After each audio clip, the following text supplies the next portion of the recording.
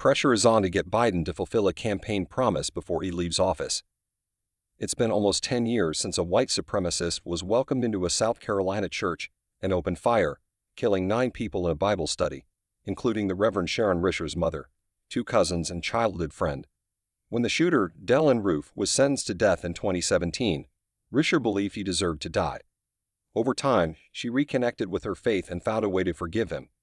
As she learned about the broader issues with the death penalty, like the racial disparities and the lack of evidence that it deters violent crime, Risher helped launch a campaign to save not only Roof's life, but the lives of all the men on federal death row, including high-profile inmates like Devokart Sarnaev, who was convicted in the Boston Marathon bombing, and Robert Bowers, the man sentenced to death for the 2018 mass shooting at the Tree of Life Synagogue in Pittsburgh.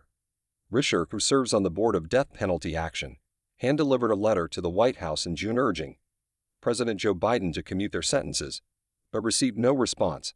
The nonprofit she represents sent another letter signed by 350 organizations after former President Donald Trump won the election in November.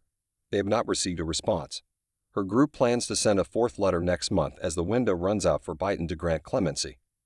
Opponents like Risher hope to secure life sentences for these prisoners since the former reality TV star helped expedite 13 executions during the last 6 months of his first term.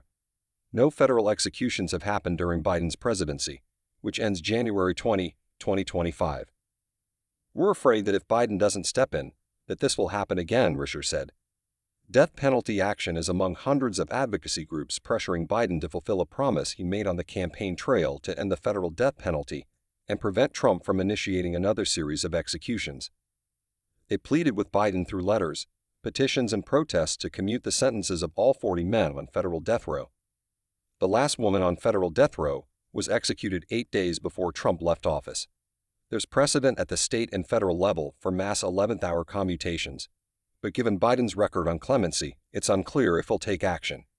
He absolutely can commute all of those sentences, said Rachel Barkow, a professor of law at New York University who has written about presidential clemency.